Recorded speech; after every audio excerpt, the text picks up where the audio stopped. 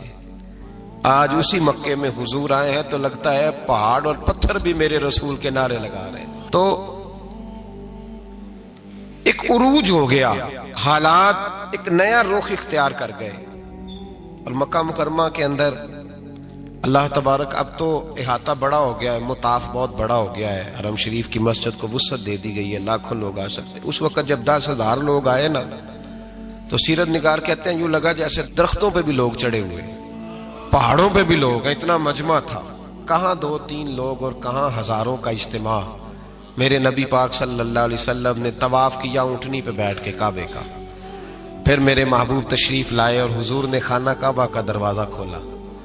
پھر میرے نبی پاک نے بت توڑے. پھر میرے محبوب نے خانہ کعبہ کے دروازے میں کھڑے ہو کے خطبہ ارشاد فرمایا. پھر میرے رسول پاک صلی اللہ علیہ وسلم کے جلوے زمانے نے دیکھے. ان سارے حالات میں دنیا نے ایک وفا کا عجیب منظر دیکھا کہ اس موسم بہار میں نہ تو آواز حضرت ابو بکر کے نام کی بلند ہوئی, نہ عمر فاروق اور نہ مولا علی کے نام کی بلند ہوئی. اس مجمع عام میں محبوب پاک کی آواز گونجی تو رب کریم کے حبیب نے فرمایا این بلال, میرا بلال کہاں ہے, میرا بلال کہاں ہے, اس کو بلاؤ نا, کدھر ہے بلال. عجیب رنگ وفا دیکھا نا لوگوں نے, یہ وفا. فرمایا بلال کدھر ہے. حضرت بلال ہاتھ باندھے سب سے پیچھے, وہ شہرت سے بچنے والا پیچھے پیچھے رہتا ہے. جی چاہتا ہے ساری غزلیں اس ظالم کے نام کروں. پیچھے تھے حضرت بلال رضی اللہ تعالیٰ عنہ, دوڑے حضور میں حاضر ہوں. فرمایا ادھر آ یار, کعبے کی چھت پہ تو چڑھ ذرا, آذان تو سنا. ایک صحابی حضور کے کان میں بولے, اور یہ بھی حکمت الہی تھی کہ وہ بولے. حضرت بلال کی شان ظاہر ہونی تھی. کان میں کہا یا رسول اللہ کافر پہلے ہی مر گئے, پہلے کوئی حال نہیں ان کا, آج تو بالکل ہی ختم ہو گئے. حضور آج آپ کا سکہ چل گیا ہے. بلال کے بڑے دشمن ہیں, بلال کو رہنے دیں, کوئی اور نہ آج اذان دے دے. کان میں بات کہی تھی, چاہیے تھا جواب بھی کان میں آتا, پر معصوم آمنہ فخر آدم و بنی آدم وفا کا خطبہ پڑھنے لگے. وفا کا خطبہ شروع ہوا. میرے حبیب علیہ السلام نے فرمایا, کان میں بات کی تھی, حضور کان میں جواب دیتے, لیکن حضور نے فرمایا چپ کر یار, تو نے عجیب بات چھیڑ دی ہے. جب مکے میں پتھر کھانے ہوں تو بلال, اور جب بدر میں تلواریں چمکے تو بلال, احد میں پتھر برسے تو بلال, اور گلے میں کس کے رسی باندھ کے سے مکے کی گلیوں میں گھسیٹا جائے تو بلال محمد محمد کہے, اور آج اللہ عزتیں دے تو کسی اور کو چڑھاؤں. فرمایا چپ کر کے سارے نیچے کھڑے رہو. آج کعبے کی چھت پہ بلال کھڑا ہوگا تو میں دنیا کو بتاؤں گا وفا کس چیز کا نام ہوا کرتا. بلال ہی چڑھے گا کعبے کی چھت پہ. کس نے ذروں کو اٹھایا اور صحرا کر دیا, یہ کس نے قطروں کو ملایا اور دریا کر دیا, اور کس کی حکمت نے یتیموں کو کیا در یتیم اور غلاموں کو دنیا بھر کا مولا کر دیا. بھائی یاد رکھو, رشتہ جو وفا کا ہوتا ہے نا, اس کا بڑا رنگ ہوتا ہے, اس کا بڑا انداز ہوتا ہے, اس کے بڑے طریقے ہوتے ہیں. اگر حضرت حلیمہ غربتوں کے عالم میں میرے مصطفیٰ کو لے کے گئی تھی نا, تو معصوم آمنہ نے بھی تو سبق بڑا نرالا دیا نا امت کو. حضرت حلیمہ جب لے کے گئی تھی تو تب تو 3 لوگ تھے نا, کوئی دیکھنے والا نہیں تھا. 3-4 لوگوں میں لے کے گئی تھی. حلیمہ کہتی ہے جب میں نے رنگ دیکھا تو میں نے نرالا دیکھا ہے. مسجد بھری ہوئی تھی غلاموں سے, اور کریم رسول منبر پہ بیٹھے تھے. سادی سی بی بی جس کے لیے کبھی کوئی اٹھ کے کھڑا نہیں ہوا تھا, کوئی بھی, لباس بھی پرانا اور میلا تھا. کہتی ہیں جب میں نے مسجد میں قدم رکھا تو وہ والے نعرے لگے جو فرشتوں نے بھی دروازے کھول کھول کے دیکھے کہ کسی کے نعرے لگ رہے ہیں. اور جناب حلیمہ کہتی ہیں کسی نے ایسا کبھی استقبال نہ دیکھا ہوگا. حضور اٹھے, گویا اللہ کی ساری رحمتیں اٹھ کے کھڑی ہو گئیں. اور پھر مصطفیٰ کریم نے بچھائی جب چادر, اور حضرت حلیمہ سعدیہ رضی اللہ تعالیٰ عنہ بیٹھی, اور حضور التحیات کی حالت میں سامنے بیٹھے, تو لوگوں کو پتا چلا جو وفا کا رشتہ ہوتا ہے اس کا رنگ ذرا نرالا ہوا کرتا ہے, اس کا انداز ذرا انوکھا ہوا کرتا ہے. بھائی رشتہ وفا کا, رشتہ خلوص کا، لالچ کا رشتہ۔ اگر آپ نے کمپنی والے کی اس لیے دعوت کی ہے نا کہ وہ آپ کو مال صحیح دے گا، تو بھائی وہ بھی اس لیے آیا ہے کہ آپ اس کا مال زیادہ بیچیں گے۔ اگر آپ کسی رشتہ دار کے ساتھ اس لیے تعلق رکھتے ہیں نا کہ اس کے پاس پیسے زیادہ ہیں، تو وہ بھی اس لیے آپ کے ساتھ تعلق زیادہ رکھے گا کہ کبھی کبھی چلو گاڑی چلا لے گا، کبھی کبھی میرے کسی کام آ جائے گا۔ یہاں خلوص دیکھو، یہاں اگر آپ کے ہاں خلوص ہے تو پھر سامنے بھی آپ کو بڑا خلوص ملے گا۔